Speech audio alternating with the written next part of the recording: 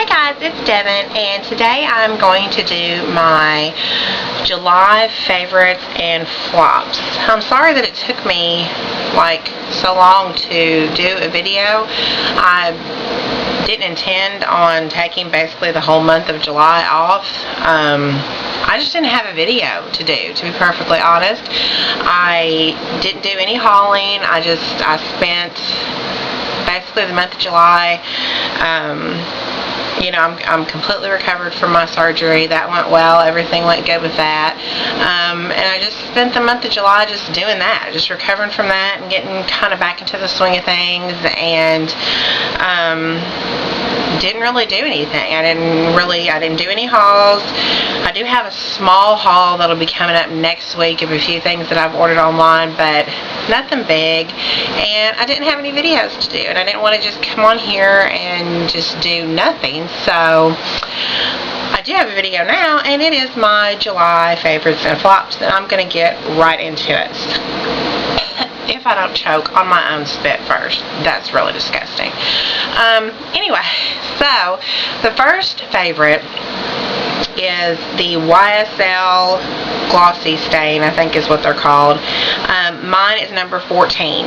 Now I know I have it on today, and I know when I first hauled this, I said that I did not like the texture of it, that it was really kind of like a jelly texture, and the more I use it, the more the texture kind of grows on me, and it doesn't really bother me because the product is so good.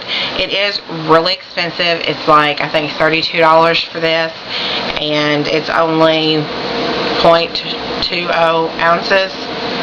So, I mean, there's, you know, it's $32, but it is YSL. You know, they are high-end, and it is really, really good. Like, this is the only thing I have been wearing almost all month. I don't think I've worn any other lipstick all month except this and my Kat Von D Cathedral a couple of times. But yeah, I'm totally used to the texture now. That doesn't bother me a bit. After the first few times of using it, I got used to it. But the product is just fantastic. It stays on for hours. Hours and hours and hours. Now you have to do like 3 layers of it.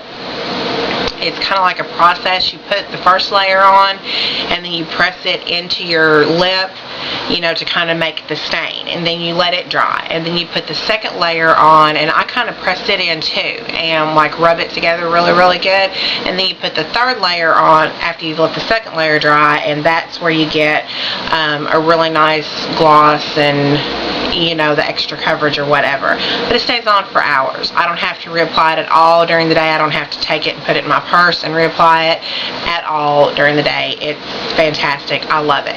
And like I said, this number right here is 14, but I will probably get a few more. But I'm going to wait because I'm on a no makeup thing right now. I've put myself on one because I don't need any, because it's just freaking ridiculous how much I have.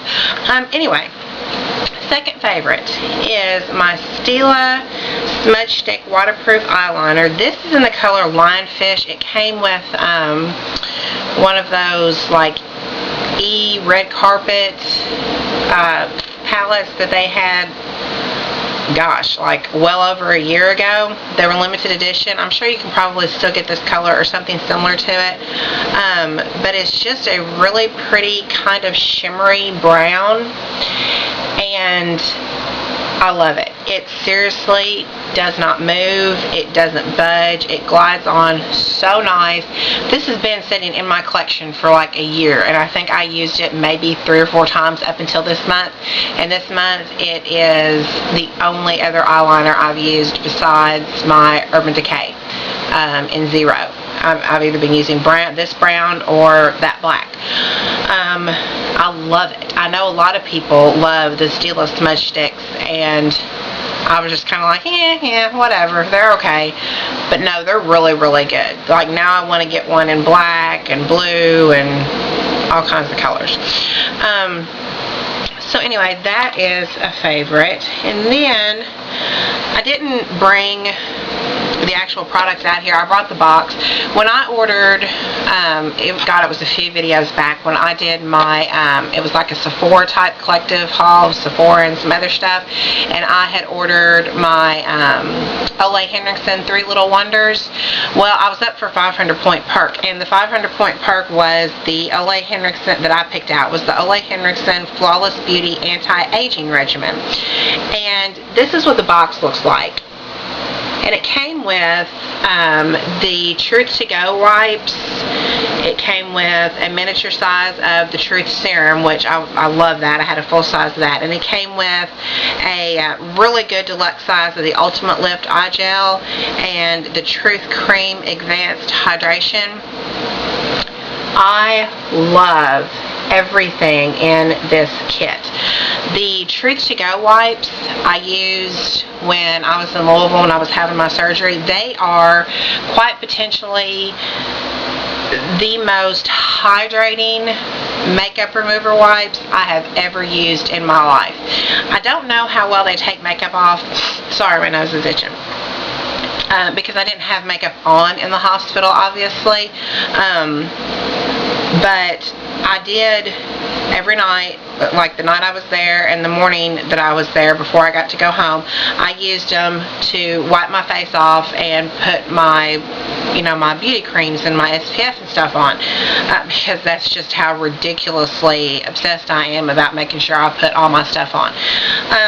But I used them and my skin was so hydrated. I could not believe how hydrating they are.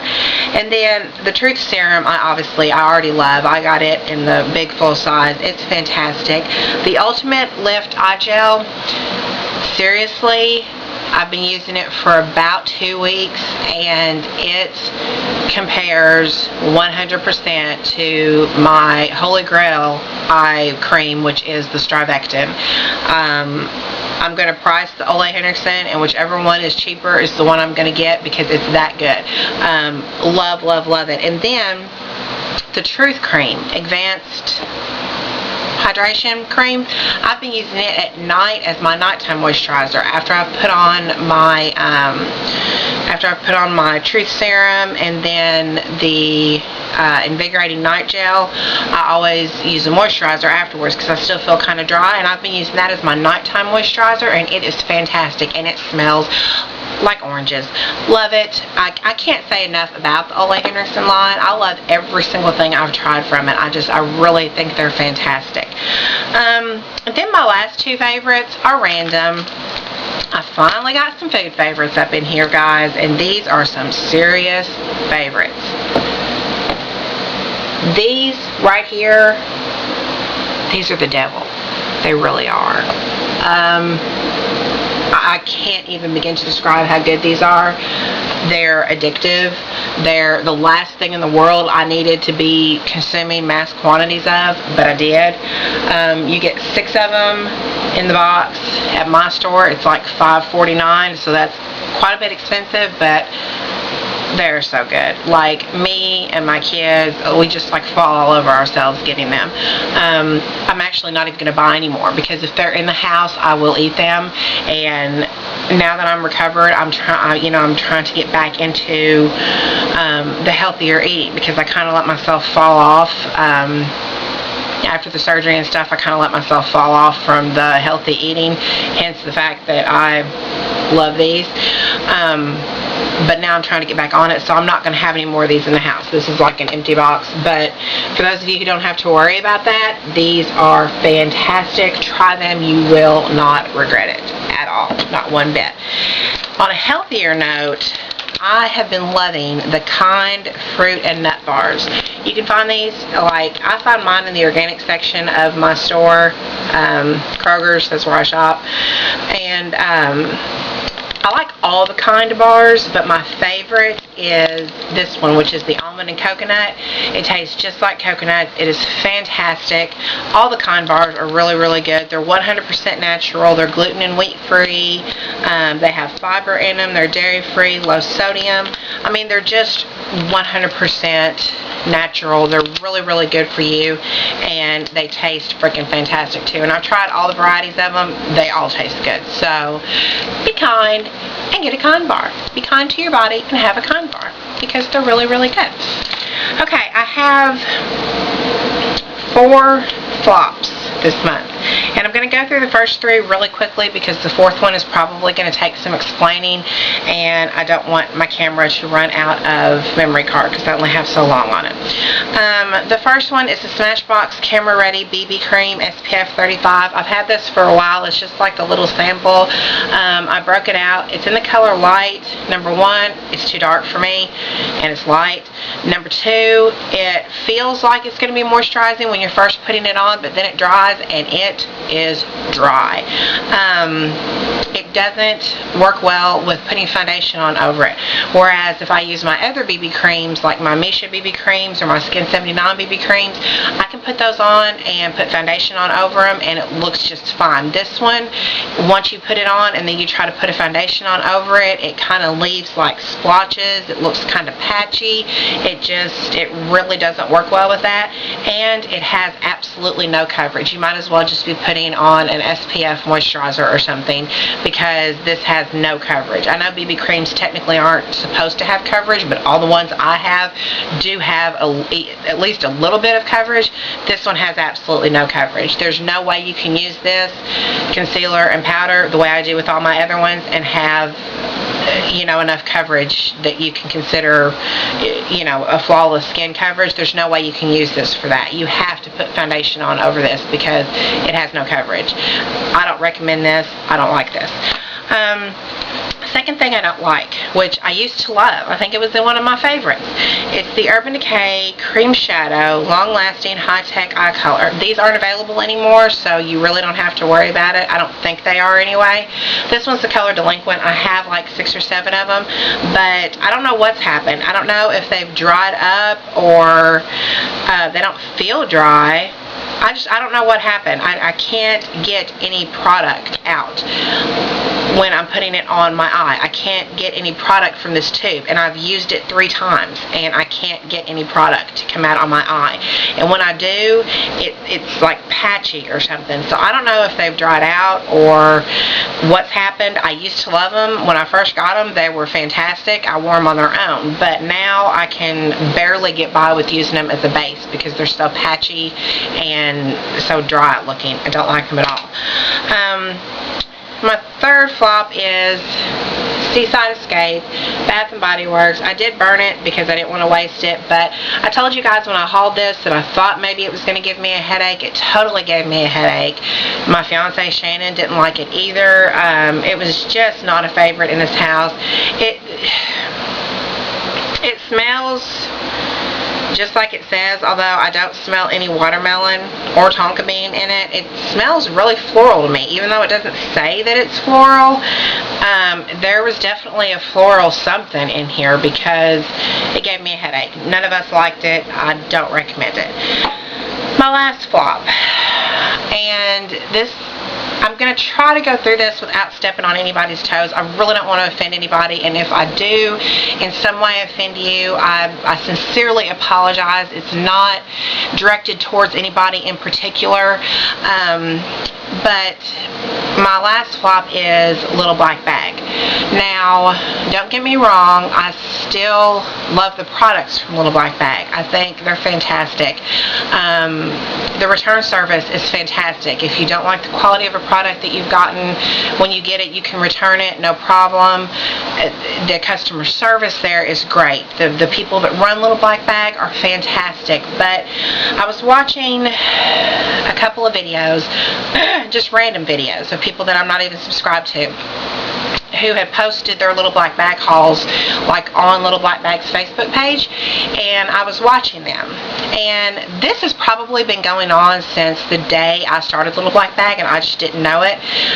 But now that I know it, I don't want to be involved in that kind of community. And I'm not saying that everybody that is on Little Black Bag does this, but the majority of the people do, from what I can see and what I've kind of researched since watching the videos. But they were getting, like, these two girls were talking about how their bags were valued at like $250, and I was like, well, how the hell are they doing that? And then they started talking about, like, what you had to do to get that. And apparently there's a method to it.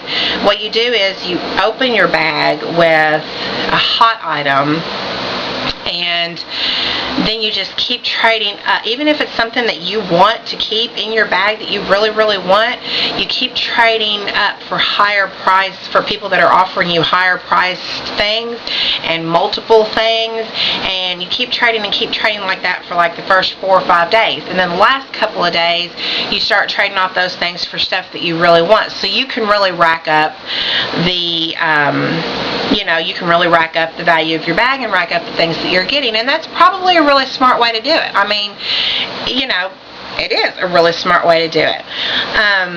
And then Little Black Bag started this new chat board thing where if you click on something in the gallery, there's people chatting on the side, and you can read it. And I saw that there were people that were chatting to new people who were asking advice on what to open their bag with, how to do it, and they were giving them the same kind of little tips and tricks on how to do it. I'm not that type of person. I'm not saying people like that are bad, but to me, that just screams greedy. And if I have something in my bag that's like, say, $80, and I really like it and I want to keep it, and somebody offers me like a $120 trade, and I'm not going to accept that $120 trade because I like what I have.